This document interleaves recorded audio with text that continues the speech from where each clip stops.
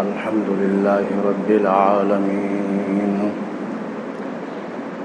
والعاقبة للمتقين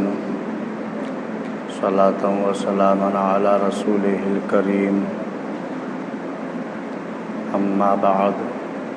فأعوذ بالله من الشيطان الرجيم بسم الله الرحمن الرحيم بلغوا عني ولو آية صدق الله مولانا العظيم وصدق رسوله النبي الكريم ونحن على ذلك من الشاهدين والشاكرين السلام علیکم ورحمۃ اللہ وبرکاتہ۔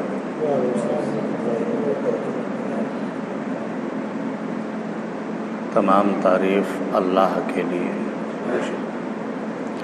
جو رب ہے عالمین کا، خالق و مالک ہے کائنات سارے جہان کا۔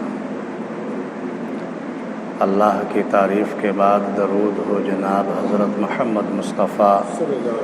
صلی اللہ تعالی علیہ وسلم اور آپ کی آل پر، جیسا کہ آپ کا مرتبہ ہے، عظمت و شان ہے کہ اللہ کے پیارے محبوب ہیں اور نبیوں کے بھی نبی ہیں اور رسولوں کے بھی رسول ہیں،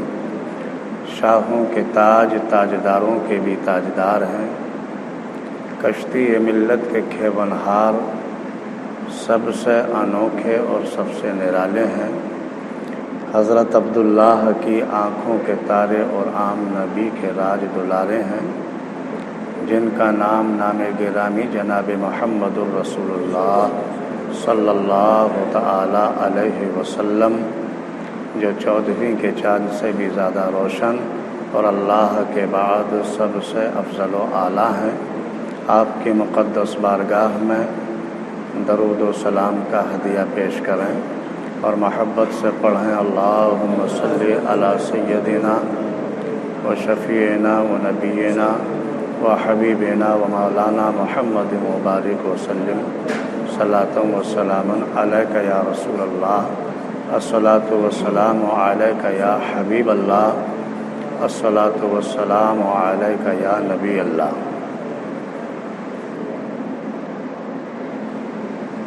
محترم بزرگوں اور دوستوں، پیارے اسلامی بھائیوں، حضور اکرم صلی اللہ تعالی علیہ وسلم ارشاد فرماتے ہیں کہ بلغوا انی ولو آیا، پہنچا دو میری طرف سے خواہ ایک ہی آیت کیوں نہ ہو۔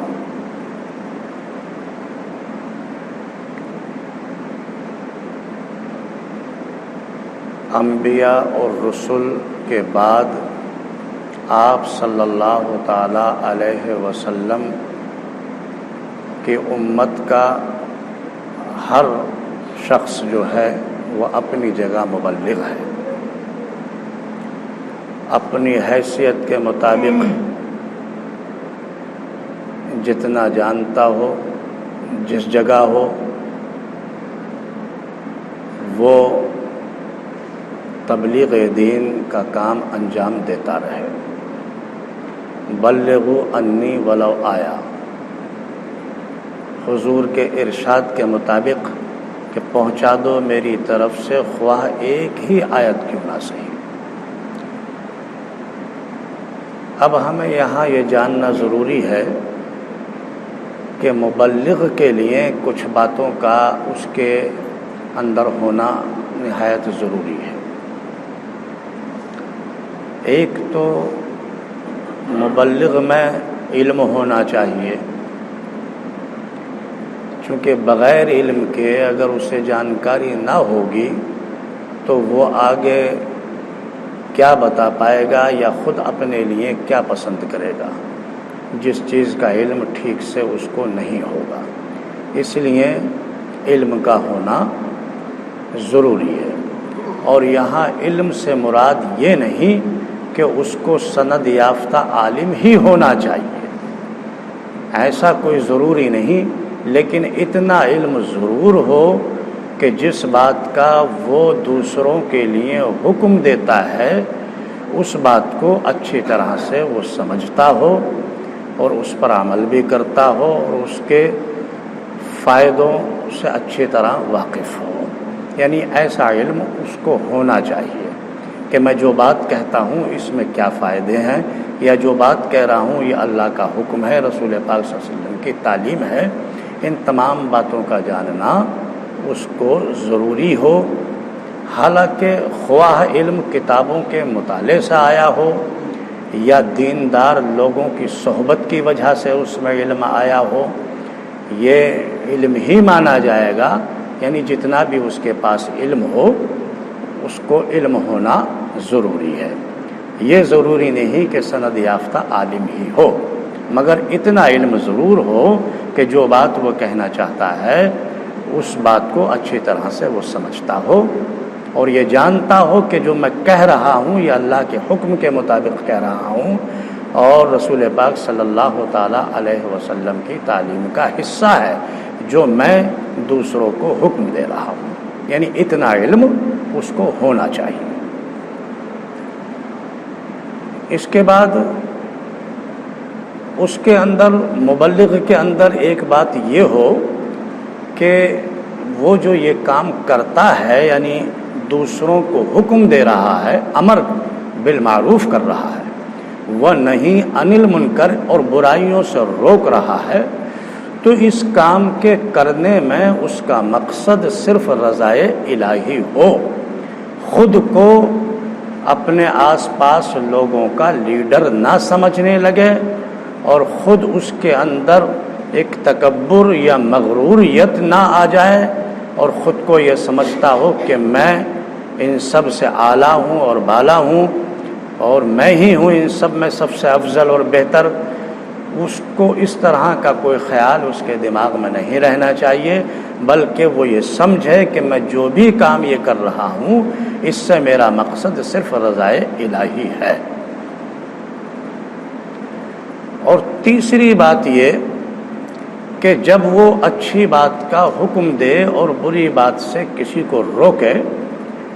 تو یہ بات کرنے میں اس کے اندر نرمی ہونی چاہیے، شفقت ہو، ہمدردی ہو، محبت کے ساتھ اپنی بات کہنا چاہیے اور جس سے کہہ رہا ہے اس کے ساتھ بھی محبت کا مظاہرہ فرمائے اور اس سے بھی محبت ہونی چاہیے۔ چوتھی بات یہ کہ وہ صابر بھی ہو، بردبار بھی ہو کہ اگر کسی طرح کی اس کے خلاف کوئی کمنٹ کیا جاتا ہے، کوئی اعتراض کیا جاتا ہے تو وہ ان باتوں پر فوراً ہی آگ بگولا نہ ہو جائے، بلکہ اس کے اندر صبر ہونا چاہیے اور اس کے اندر بردباری ہونی چاہیے۔ اور پانچویں بات یہ ہے کہ وہ جس بات کا حکم دے رہا ہے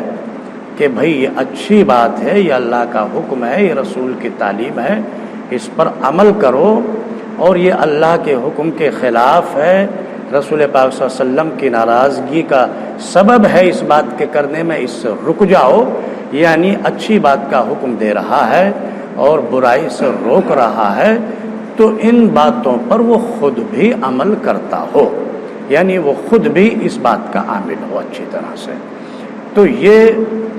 مبلغ کے لیے نہایت یہ باتیں ضروری ہیں۔ اور رہتی دنیا تک انبیاء اور رسول کا سلسلہ ختم ہو چکا ہے۔ ہمارے نبی آخری نبی ہیں، خاتم النبیین ہیں، اللہ نے اپنے محبوب کو رحمت للعالمین اور خاتم النبیین بنا کر بھیجا ہے۔ اب رہتی دنیا تک کوئی نبی نہیں آئے گا، بلکہ یہ منصب جو نبیوں والا کام ہے یہ اللہ نے اپنے محبوب کی امت کو عطا فرمایا ہے۔ آپ خوش نصیب ہیں، اس کام کو خوشی خوشی کریں اور خود بھی اس پر عمل کریں، مگر یاد رکھیں کہ آپ کے اندر گھمنڈ اور تکبر نہ آنا چاہیے۔ آپ یہ نہ سمجھ لیں کہ میں ہی کتنا بڑا ہوں کہ مجھے یہ نبیوں والا کام مل گیا، اور میں کتنا اونچا ہو گیا ہوں، اس طرح کا بالکل ذہن میں نہیں آنا چاہیے، بلکہ اپنی قسمت پر ناز کریں اور اللہ کا شکر ادا کرتے رہیں کہ اللہ کا بڑا کرم ہے میرے اوپر کہ کم از کم مجھے اس لائق سمجھا کہ مجھے یہ ذمہ داری دی ہے۔ نہایت خاکساری کے ساتھ اور صبر اور بردباری کے ساتھ اس کام کو انجام دیتا رہے، اور امر بالمعروف و نہی عن المنکر پر خود بھی وہ عمل کرتا رہے۔ محترم بزرگوں اور دوستو، اللہ کے بعد سب سے افضل و اعلیٰ اللہ کے پیارے محبوب ہیں، اور آپ کی امت میں آپ کے محبوبوں کے بعد میں، صحابہ کے بعد میں، تابعین کے بعد میں، تبع تابعین کے بعد میں، اور اولیاء عظام کے بعد میں، تمام لوگوں میں سب سے بہتر اور اچھا مرتبہ جو اللہ تبارک و تعالیٰ نے عطا فرمایا ہے وہ علماء حضرات کو عطا فرمایا ہے۔ اور عالم کے تعلق سے حضور اکرم صلی اللہ تعالی علیہ وسلم کا ارشاد ہے کہ اے لوگو، والدین کے چہرے کو دیکھنا عبادت ہے اور کعبہ شریف پر نظر ڈالنا عبادت ہے، اور عالم کے چہرے کو دیکھنا، عالم کے چہرے پر نظر ڈالنا ان تمام عبادتوں کی اصل ہے۔ ایک جگہ حضور اکرم صلی اللہ تعالی علیہ وسلم ارشاد فرماتے ہیں کہ عالم سے مصافحہ کرنا ایسا ہے جیسے مجھ سے مصافحہ کیا گیا، اور عالم کو سلام کرنا اس طرح ہے جیسے مجھے سلام کیا۔ عالم کی صحبت میں بیٹھنا یوں سمجھیں جیسے کہ میری صحبت اختیار کرنی ہو، اور آپ ارشاد فرماتے ہیں کہ جس نے دنیا میں میری صحبت اختیار کی وہ قیامت کے روز جنت میں میرے قریب ہوگا۔ یہاں جو علماء کرام موجود ہوں یا ہماری قوم میں، نسلوں میں جو حفاظ کرام یا قراء حضرات ہوں، علماء حضرات ہوں، انہیں بھی اپنی طرف اس بات کا خیال کرنا ہے کہ وہ ان احادیث کو پڑھنے کے بعد مغرور نہ بن جائیں، تکبر سے ان کا دل و دماغ نہ بھر جائے، بلکہ وہ اللہ کا شکر ادا کریں کہ اللہ نے ان پر اتنا کرم فرمایا ہے کہ تمہیں اپنے محبوب کی امت میں بڑا فضیلت والا بنایا ہے اور تمہارا مرتبہ بہت اونچا کیا ہے۔ اپنی اس قسمت پر ناز کرتے رہیں اور اللہ کا شکر ادا کرتے رہیں۔ ہرگز ہرگز آپ کے اندر تکبر پیدا نہ ہو جائے اور اس بات سے بچتے رہیں۔ لیکن عجیب حال ہے آج ہمارا، آج ہم علماء ہی، حفاظ کرام، قراء حضرات ہی اتنے مغرور ہو چکے ہیں اور تکبر سے اپنے دل و دماغ کو ایسا مغرور بنا لیا ہے کہ اپنی عزت کو یہ سمجھتے ہیں کہ ہم ہی عزت والے ہیں اور ہم ہی فضیلت والے ہیں، قوم میں ہم سے زیادہ افضل کوئی نہیں ہے۔ اس بات پر مغرور رہتے ہیں اور ہر وقت یہ کوشش رکھتے ہیں کہ وہ اپنے ناموں کے ساتھ اگر لکھتے ہیں تب بھی کہ حافظ فلاں، حافظ قاری فلاں، عالم فلاں، اس طرح کی بات لکھتے ہیں، اور یہاں تک کہ خود مدرسوں میں بھی ابھی فارغ بھی نہیں ہوئے ہیں،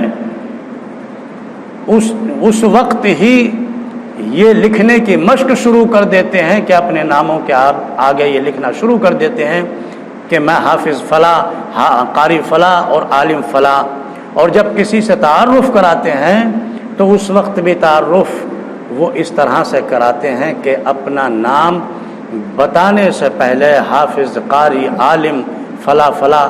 اور نہ جانے کتنے القاب اس کے ساتھ اور لگا کر کے اپنا تعارف اس طرح سے کراتے ہیں۔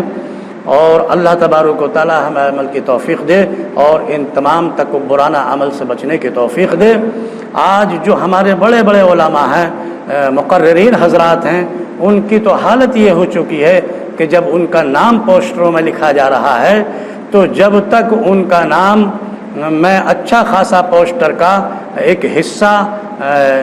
کالا نہیں ہو جاتا لکھائی سے، یعنی ان کے نام کے ساتھ طرح طرح کے القاب جب تک نہیں لکھ دیے جاتے ہیں اس وقت تک ان کا تعارف ہی نہیں ہوتا، اور پھر وہ مقررین حضرات اس پر راضی بھی نہیں ہوتے اگر ان کے نام لکھنے میں اگر تھوڑی سی کمی رہ جائے کوئی القاب میں تو وہ راضی بھی نہیں ہوتے، اور یہاں تک کہ اتنا کچھ معاملہ آگے بڑھ گیا ہے کہ اب تو اشتہارات میں مقررین حضرات کے فوٹو بھی چھپنے لگے ہیں، نام لکھنے کے ساتھ ساتھ کہ فلاں فلاں فلاں بڑی بڑی تعریفیں لکھنے کے بعد نام لکھا جاتا ہے اور اس کے ساتھ فوٹو بھی ان کا چھپنے لگا ہے۔ جب مقررین حضرات اس پر راضی ہو رہے ہیں، اللہ تبارک و تعالی ہمیں اس مغروریت سے بچائے، اور خصوصی طور پر ہم علماء کرام سب سے پہلے اس بات کے پابند بنیں کہ تکبر سے، فخر سے بچیں اور اپنے اندر خاکساری کو اپنائیں۔ جب ہم کسی چیز پر عمل کریں گے تو قوم میں بھی انشاءاللہ وہ بات پیدا ہوگی، اور اللہ تبارک و تعالیٰ کے عذاب اور سزا سے ہر وقت ڈرتے رہیں۔ ہرگز ہرگز یہ نہ سمجھیں کہ اگر آپ حافظ ہو گئے ہیں، قاری ہو گئے ہیں، عالم بن گئے ہیں اور اللہ نے تمہارا مرتبہ بہت اونچا رکھا ہے، بہت فضیلت والا تمہیں بنایا ہے، تو آپ فخر سے بچیں بلکہ اللہ کا شکر ادا کرتے رہیں۔ واقعی علماء کرام کا اللہ نے ایسا مرتبہ رکھا ہے، اس میں کوئی شک نہیں ہے۔ حضور ارشاد فرماتے ہیں کہ علماء کی فضیلت اتنی ہے، عالم کا مرتبہ اتنا ہے کہ دریا میں، سمندروں میں رہنے والی مچھلیاں، یہاں تک کہ بلوں میں، سوراخوں میں رہنے والی چونٹیاں بھی، وہ سب کے سب دعا کرتی ہیں عالم کی زندگی کے لیے، اس لیے کہ علماء کی برکت سے اللہ تبارک و تعالی یہ بارش عطا فرماتا ہے، رزق عطا فرماتا ہے۔ تو یہ بلوں میں، سوراخوں میں رہنے والی چونٹیاں بھی اور دریاؤں سمندروں میں رہنے والی مچھلیاں بھی علماء حضرات کے لیے دعائیں کرتی ہیں۔ تو محترم بزرگوں اور دوستو، بڑا مرتبہ ہے لیکن اس پر فخر اور گھمنڈ نہ کریں، اور علماء حضرات ہی نہیں بلکہ ہر شخص اپنی اپنی جگہ جو جیسا جس کا مرتبہ ہے وہ اپنے مرتبے پہ گھمنڈ نہ کرے، ایسا نہ ہو کہ وہ پھولا نہ سمائے بلکہ شکر خدا کرتا رہے کہ اللہ نے مجھے یہ عزت بخشی ہے، مجھے سماج میں سرخرو فرمایا ہے اور مجھے ایک معزز بنایا ہے، اللہ کا شکر ادا کرے لیکن اس پر گھمنڈ نہ کرے۔ جب کبھی دوسرے سے اپنا تعارف کرائے تو بہت نرم لہجے کے ساتھ اور خاکساری کے ساتھ، اور عالم ہو یا خواہ دوسرے ہوں، ان سب پر یہ چیز ضروری ہے کہ اپنے مرتبے کے اعتبار سے بڑھ چڑھ کر اپنا تعارف نہ کرایا جائے بلکہ خاکساری کے ساتھ اپنا تعارف کرایا جائے۔ علماء کے تعلق سے تو حضور ارشاد فرماتے ہیں، حضرت عبداللہ ابن عمر رضی اللہ تعالیٰ عنہ روایت کرتے ہیں کہ میں نے دیکھا میرے سامنے ایک شخص حضور کی بارگاہ میں حاضر آئے اور عرض کیا کہ یا رسول اللہ، میں قربان ہو جاؤں آپ پر، میرے ماں باپ آپ پر قربان ہو جائیں، بڑا ادب ہے آپ کا، میں یہ جاننا چاہتا ہوں کہ آپ کی امت میں عالم افضل ہے یا عابد افضل ہے، یعنی عبادت کے کرنے والا؟ تو حضور اکرم صلی اللہ تعالی علیہ وسلم یہ سوال سن کر مسکرائے اور آپ نے تبسم فرماتے ہوئے جواب ارشاد فرمایا کہ مجھے تمہارے سوال پر تھوڑا تعجب ہے، ارے عالم کا مرتبہ اتنا ہے کہ اگر عالم پوری رات یوں ہی پڑا سوتا رہے اور ایک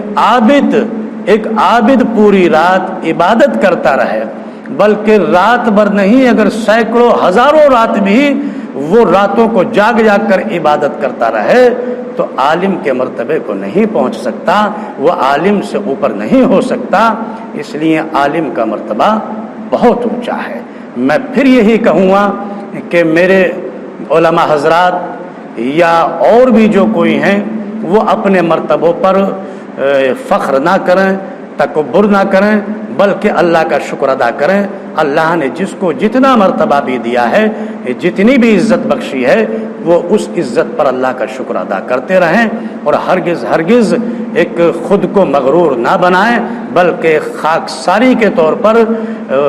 خود کا تعارف دوسروں سے کرائیں، اور خود بھی بڑے صابر بن کر اور بردبار بن کر رہیں، اور اپنے کو دوسروں سے حقیر سمجھتے رہیں۔ اللہ تبارک و تعالیٰ کو یہ خاکساری بڑی پسند ہے۔ اللہ ہماری بات کو سمجھنے کی توفیق عطا فرمائے اور اس پر عمل کرنے کی توفیق دے۔ وآخر دعوانا الحمدللہ رب العالمین۔